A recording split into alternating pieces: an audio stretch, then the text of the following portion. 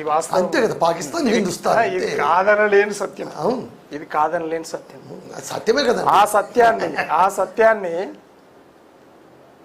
సంపూర్ణంగా ఈ రోజు వరకు కూడా మాట్లాడుకోవాల్సిన అవసరం ఉంది. ఎంతైనా ఎందుకు మాట్లాడుకోవాల్సిన అవసరం ఉంది అని అంటే, ఎక్స్ట్రీమిజం అనేది ఎవరి కోసమైనా మంచిది కాదు. ఇట్లా ఆనాడు ఏదైతే మీరు పాకిస్తాన్లో కలుస్తారా, భారత్లో హిందుస్థాన్లో కలుస్తారా అని చెప్పి ఒకటే క్వశ్చన్ మార్క్ పెట్టి డేట్ ఫిక్స్ చేసి 1947 ఆగస్టు 15 రోజు వరకు భారతదేశంలో ఉన్నటువంటి మొత్తం 563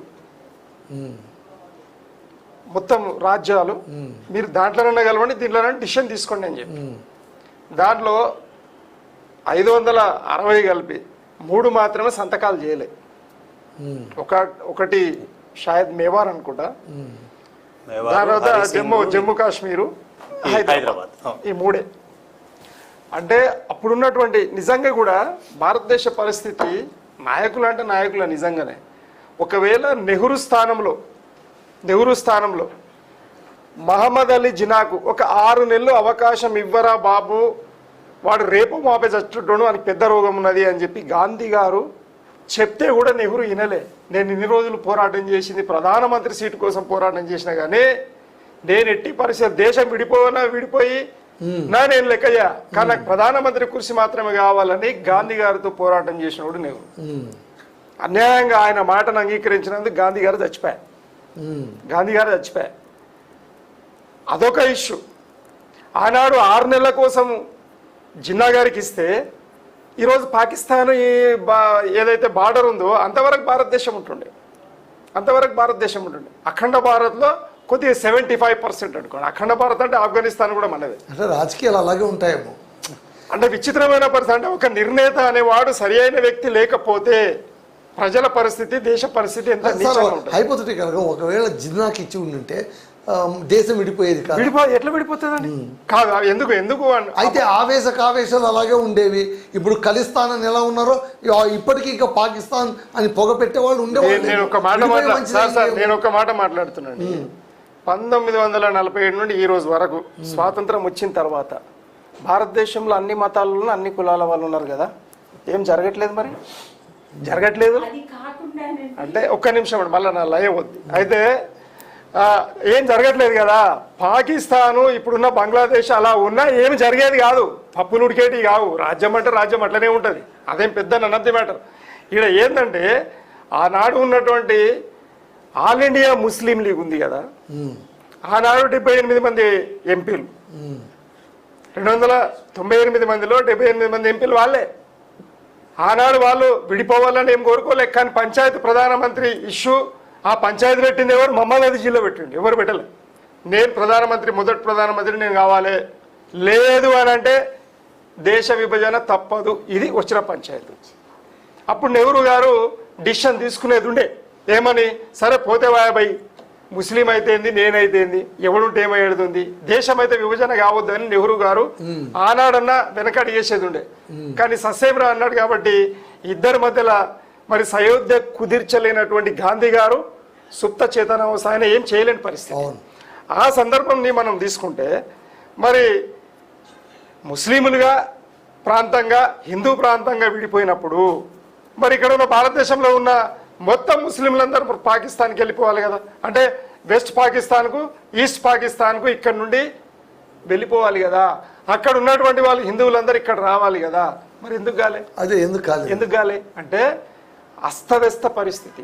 ఆనాడు అస్తవ్యస్త పరిస్థితి కల్పించింది ఎవరు? అందుకే నేను కాంగ్రెస్ మీద నేను పుస్తకాలు రాసే కంటే 1,00,000 కాదు ఎన్నిసార్లు మాట్లాడతా, ఎప్పుడైనా ఇంటిని నడిపే తండ్రి సరి అయిన వాడు అయితే, సరి అయిన నిర్ణేత అయితే ఈ విధమైన దేశం ఈ విధ పరిస్థితులలో ఉండేది కాదు. అయితే ఆనాడు మరి నెహ్రూ గారు ఆ మిస్టేక్ చేశారు. సరే, తండ్రి చేసిన మిస్టేక్ను నిజంగా కూడా ఇందిరాగాంధీ గారిని మనము పార్టీ వేరైనా కూడా ఆ రోజు మరి మెచ్చుకోవాల్సిన అవసరం ఉన్నది. ఎందుకు? పాకిస్తాన్ నువ్వు కబ్జా, ఏది జమ్మూ కాశ్మీర్ నుండి కబ్జా చేసినావు బిడ్డ, నీవు ఒక దేశంగా ఎట్లుంటావని చెప్పి అప్పుడు మన పౌరుషాన్ని, భారత పౌరుషాన్ని ఇందిరాగాంధీ నిలబెట్టింది. నేనున్నా పెద్దన్నగా నువ్వు ఎట్లా ఉంటావు, ఎందుకు వాళ్ళ పాకిస్తాన్ పిఓకి అయ్యింది కదా, ఇది కాదు వచ్చిన పంచాయతీ. ఎప్పుడైతే నా దేశాన్ని విడగొట్టినవో నువ్వు, నీ కథ ఏందో చూస్తా అన్నదే టెర్రరిజం. అది వాళ్ళు అక్కడి నుండి విదేశాల నుండి ఒక మత ప్రాతిపదికన మరి మతోన్మాదులుగా తయారు చేసి భారత్ మీద పురిగొల్పడం అనేది జరుగుతూ ఉన్నది. మనం చరిత్ర చూస్తూ ఉన్నాం. మీరు ఇంతకుముందు మాట్లాడుకున్నట్టు అన్ని విషయాలు. దాన్ని కంట్రోల్ చేసే క్రమంలోనే కూడా మరి ఇందిరాగాంధీ పోయిన తర్వాత కాంగ్రెస్ పార్టీ ప్రభుత్వం ఉన్నది కదా, ఏనాడైనా పట్టించుకున్నదా సరిగ్గా మీరు గమనించాలి. ఈరోజు రాకు సంబంధించినటువంటి కరడు కట్టిన మరి అధికారులు ఎంతోమంది చనిపోయారు. మనకు తెలియదు ఫలానా వ్యక్తి రా మెంబర్ అని. అలాంటి మహా దేశభక్తులు ఎంతోమంది వేల కొలదిగా చనిపోయారు దేశం కోసం. అలాగే మరి ఇంటెలిజెన్స్ బ్యూరో నుండి ఎంతోమంది చనిపోయారు, వాళ్ళకేం లెక్కలు లేవు.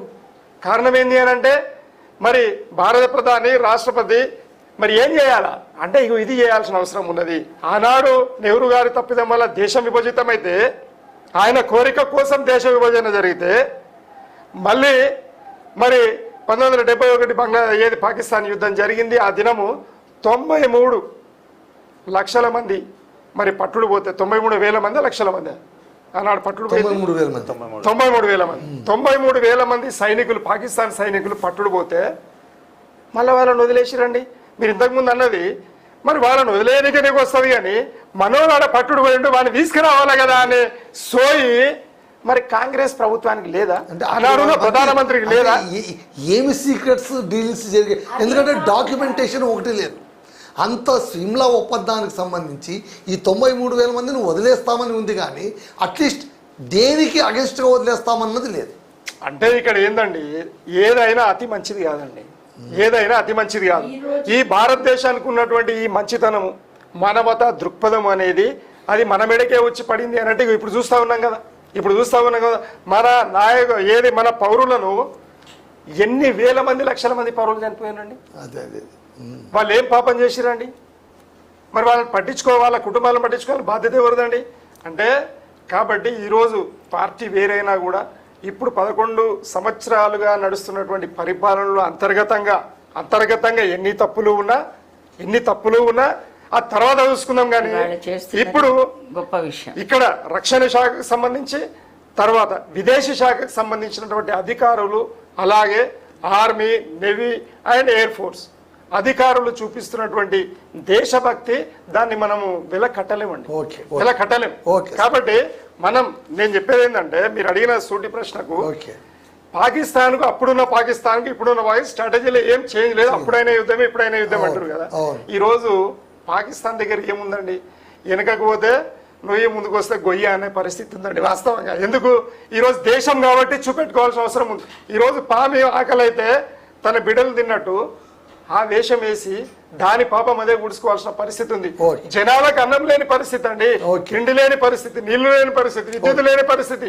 వాళ్ళు ఏమంటున్నారు నిజంగా కూడా ఏమంటున్నారు అంటే, మాకు భారతదేశంలో పాకిస్తాన్ కలిపితే బాగుండే అనే కోరిక ఈరోజు పాకిస్తాన్ ప్రజలలో వస్తా ఉంది. అలాగే బంగ్లాదేశ్ ప్రజలలో వస్తా ఉన్నది. నిన్నగాక మొన్న మనం బంగ్లాదేశ్ లో ఏం పాపం చేసిరండి, బొట్టు పెట్టుకున్న హిందువులు మళ్ళీ వేరు చేసుకోసేసిరండి. ఎంత దుర్మార్గమైన ఆలోచనలతోటి ఈరోజు మరి పక్క దేశాలు ఉన్నాయి. కాబట్టి అది లోపాయకారిగా అంతర్గతంగా మన ఇక్కడ భారతదేశంలో కూడా మరి అంతర్గతంగా మన శత్రువులు దాగి ఉన్నారు కదా. ఆ యుద్ధంతో పాటు భారతదేశంలో ఉన్న దేశద్రోహులను కూడా తరిమేయాల్సిన అవసరం. సార్ గాంధీ గారు, సార్ చాలాసేపు లైన్లో కూర్చోబెట్టాను, సారీ అండి. సార్ ఇప్పుడు చెప్పండి సార్, మీరు ఇందాక బీఆర్ఎస్ విజయార్య గారు ఒక మాట అన్నారు, ఏంటంటే ఈ 11 ఏళ్ల అంతర్గతంగా ఏమి లోపాలు ఉన్నాయో, ఏమి తప్పులు ఉన్నాయో వాటిని తర్వాత చూసుకోవచ్చు. ఇప్పుడు వీళ్ళు తీసుకుంటున్న చర్యలు అయితే 100% కరెక్ట్, సమర్థనీయము అని అంటున్నారు. సో ఈ లెక్కలు చూసుకుంటే ఆ సీమ్లా ట్రీట్ను మీరు ఎలా చూడగలుగుతున్నారు? అవి ఏదేమైనా కానీ అన్ని రాజకీయ పార్టీలు భారతదేశం విషయానికి వచ్చే వరకు అన్ని రాజకీయ పార్టీలు ముక్త కంఠంతో కేంద్రం తీసుకున్నటువంటి నిర్ణయం, భారత ప్రధాని నరేంద్ర మోడీ గారు తీసుకున్నటువంటి నిర్ణయాన్ని అందరూ కూడా ముక్త కంఠంతో ఏకీభవిస్తున్నారు. మనస్ఫూర్తి అన్ని రాజకీయ పార్టీలకు అందరికీ కూడా ధన్యవాదాలు తెలియజేస్తున్నాం. ఎందుకంటే సమస్య వచ్చినప్పుడు మనం అందరం